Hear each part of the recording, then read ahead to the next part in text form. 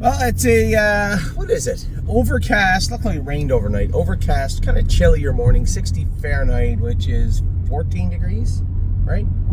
60 minus 32, yeah, you're gonna have to suck it up. 13 or 14 degrees here in Ohio on our way to Northfield. We're gonna have to wait and get Starbucks in Macedonia because we're running not a little bit behind. It's 9:20.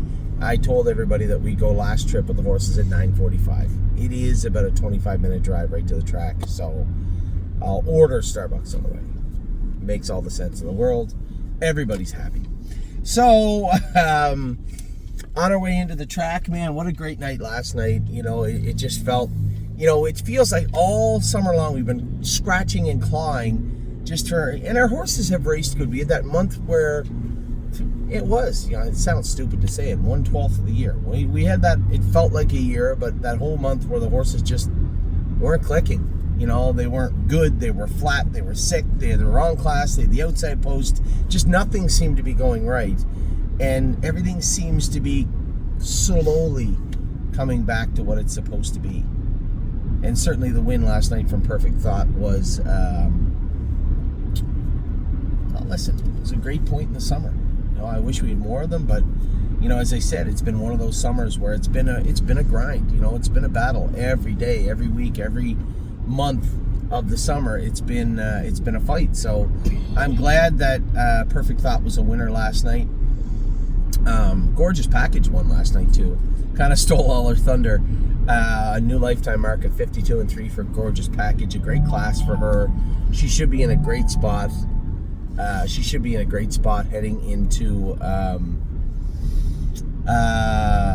into the latter part of the summer. Her next start will be, I guess, the Buckeye or the Fair, one or the other, wherever we choose to race her in Delaware, but I suspect it'll be the Buckeye, I guess.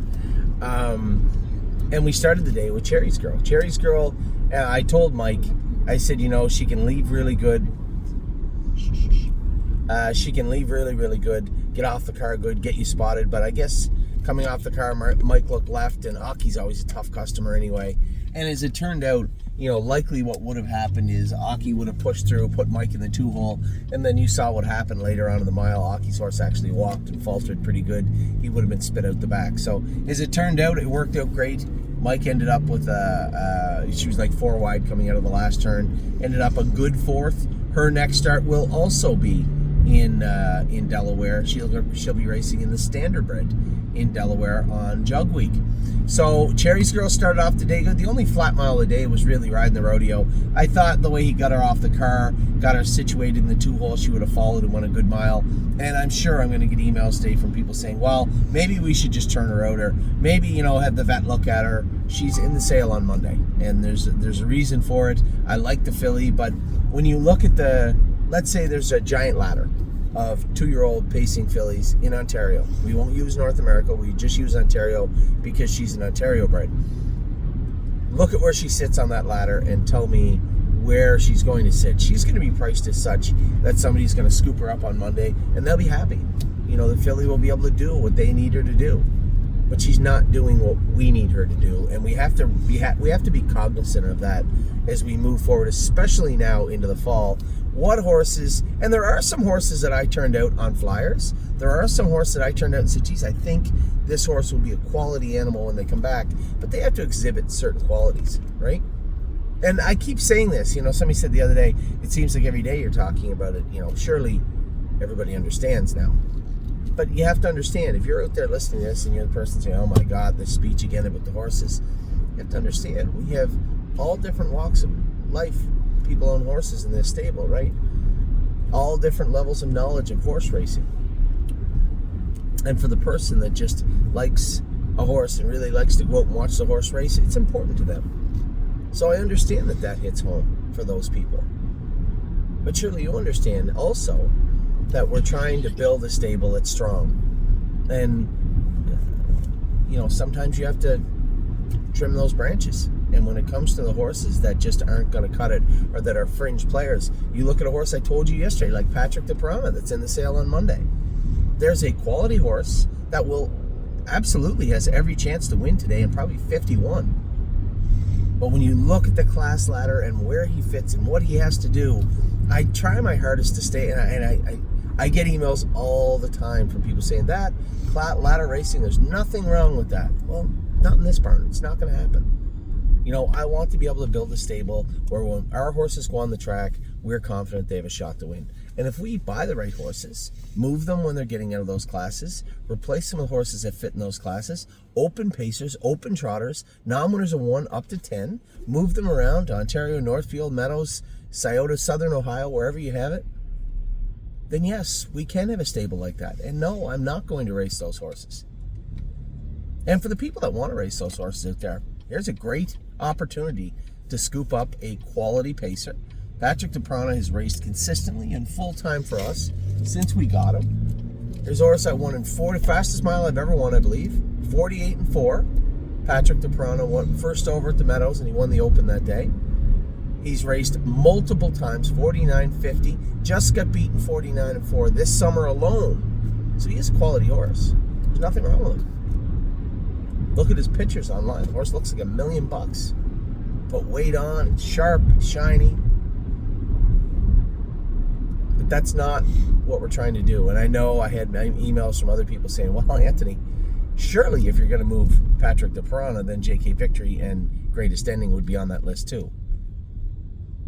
Yeah, I guess they're pretty close, but I would like to see the horses do a little better. And quite frankly, I don't want to just dump all 3 of them and not have replacements for them.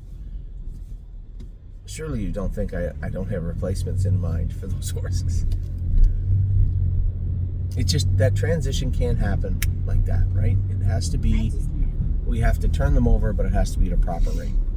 So that's why the horses are in the sale. That's why Riding the Rodeo's in the sale. I just wanted to continue to reiterate that so that people understand, everybody, from the most remedial client up to the person that's owned horses for 30 years or been a trainer, driver, what have you. Everybody understands why we're doing it. So, Cherry's girl raced good, finished 4th. She'll be going to the Standardbred in Delaware next week. The Little Brown Jug is here.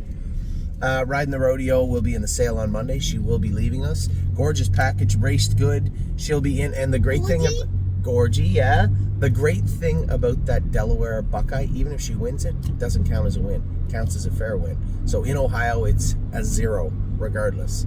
So Gorgeous Package, rinse and repeat in the class she's in. Now that's a filly I could see us turning out for maybe a month and bringing back, trying her, and maybe a filly mare opener backup class type situation in a smaller venue.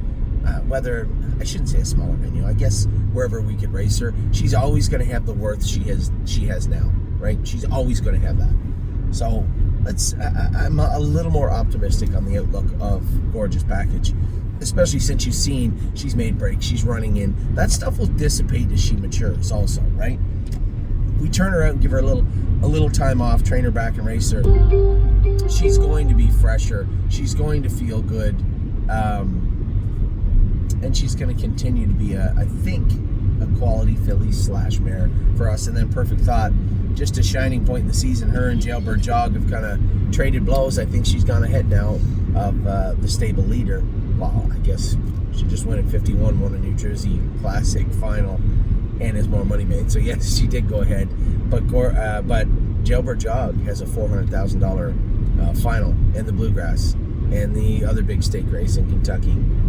And then she has the Breeders' Crown. You know, looking ahead this year, we do have 3, call them what you want, 3 Breeders' Crown starters. We have Perfect Thought, we have Jailbird Jog, and Time Is On My Side in the Open Division. So I think it was funny. I had said that very thing to one of my partners, and friend Randy had messaged me. He said, "Hey, doesn't own any of Perfect Thought." But he said, "Hey, congratulations on the filly." I said, "Thank you very much. Very nice filly." You know, I felt that the summer's been much more of a grind than I remember us having to do. Now, there may have been a number of components that made me feel that way. I mean, Uncle Danny's been a good horse, Supermind. They just haven't been those sire stake horses that we wanted. Right on the cusp, just not quite there. And that may not be a bad thing anyway. But it has been a frustrating summer. And I said, I guess, looking at it, we have 3 horses that will line up behind the gate in the Breeders' Crown eliminations anyway, as of right now. No, Perfect Thought still has the She's a Great Lady coming up. She's going to Ontario on Tuesday, I believe. She still has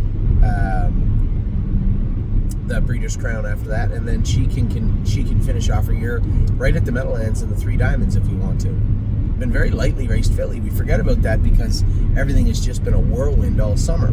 Perfect Thought has not been a very heavy raced filly all year. So as it looks like right now, She's a Great Lady, Breeders' Crown, possibly Three Diamonds. Jailbird Jog, same type of thing. Final, 2 more Grand Circuit races off to the Breeders' Crown in Ontario. Time is on my side. He didn't get in the Ewart, so I guess that means he may not get in the Dayton Derby. That's just how deep those divisions are. He's still a quality animal. And no one can say he doesn't belong. He was just beat in the Doherty. He does belong. He's a fringe player, but he does belong. So I'm excited about today. We're going to train Spitfire and Agent Black together. I got to call the USTA and see what is going on with these papers. They should have been done by now. So Agent Black and Spitfire Overseas will train you together today. As I told you earlier in the week, I'll gallop Judy's Money again. Somebody asked me, very fair question. Anthony, you mentioned galloping. You tried to explain it, but I don't understand why you would ask a 2-year-old filly to run hard for a mile rather than train. And that is a good question. So, with Judy's Money, she's always touched that outside knee. Remember, she was a little late starting her year this year because she got into her right knee before she started racing. But what she also will do is she'll touch that left jack and that high shin area. And there is a little swelling there. There is a little bruising there. So if when we train her, she does touch there, right? Why wouldn't we try to alter that a little bit? When we gallop her, she doesn't hit anywhere, right? It's just good cardio for her. Now, I can't tell you that just galloping her really, really hard, and when I say hard, I mean a mile 56, 57. It's not quite the same as training on your gait. It's a little easier. But when I say training her hard, I can't in good faith guarantee you that it's enough so that when we race her next week in Delaware, she'll be tight. I think it will. I have every reason to believe it will. But we're going to choose this route because I want to continue to help this filly out best we can. And for me, this is by far the best route forward. So we're going to gallop Judy's Money again today and prep all our horses for Jug Week. Now, this week we're a little calm in the barn. We have Jolene Hall and Emerald Tom prepping on Monday. I like Emerald Tom on a bigger track, but unfortunately, Delaware's still half also. So we're going to prep all our horses on Sunday through Monday, Tuesday. Race all our new horses also. I was very happy with the way that Allure trained yesterday. Did still show a few spots of blood, but we'll be able to mitigate that. Dr. Latessa knows what he's doing in that regard. JK Mega races again on Monday, and then next weekend you're going to see Winter Soldier race. So that's what's going on right now in the barn in our life. We're on our way to Northfield. We are going to have a fun day today. Amy is at a family wedding in Ontario, so we all stayed back. We're going to Northfield. Then we're going to the Meadows to race today, and right after the Meadows, we're all going to the Pittsburgh Pirates game. Thank you all for busting my bubble. Paul Skeens is not pitching today. Brandon Woodruff is. When I looked at the schedule initially, I think it was projected that Skeens was going to pitch, and I just took that as gospel. I was wrong. Nevertheless, it's going to be. Yeah, I got bad news. He's not pitching either. I don't think Jacob Mizorowski's pitching today. Can you check? You check for me? He might be. It's going to be a great day either way. We're going to go to the ballpark, sit down as a family, and have a beer. They're going to have some hot dogs. We're going to have fun watching the Pittsburgh Pirates play the Milwaukee Brewers, the leading team in baseball, I believe so right now. Jays won last night. That's good. Yankees lost. Even better. Sorry, Yankees fans. It's going to be a great day at the stable. We have lots racing. Arrowhead, Hanover. Let's just give the poor little bugger a break. I know everybody wants to see him race good. all signs point to him being a little flat today, and the 8-hole certainly doesn't help that. Rock Shining Star shouldn't be flat. Neptune, yeah, I like this horse. I think this horse is going to fit in good at the Meadows. Patrick DeProna's in a very, very good spot today also to close out not only the card, not only the day, but likely his employment with us on a good note. We're going to part ways very amicably. Woodmere Bullet tonight in Charlottetown, Prince Edward Island. Foxy Seaside I'm going to be watching. Very interested to see how this filly races tonight. I know she too has the 8-hole, which is not helpful at all, but her gait, I can't wait to talk to Corey about what he thought about her gait. Lifting Legends in a great spot tonight in Sarnia also. Time is on my side, 3-1 going for 50 in Scioto. I thought he'd be a little longer, but you know what? New driver, I think he's one of those horses too. Change doesn't hurt. I think he'll be very good tonight. And we will conclude our evening with Raging Hanover. Fresh off his first win for us in his first start. He will close out the card tonight and close out our day this evening. It should be a tremendous day at the stable. It should be a great day for the McDonald's. I hope you all have something planned today. It just feels like a really nice fall day. Take care.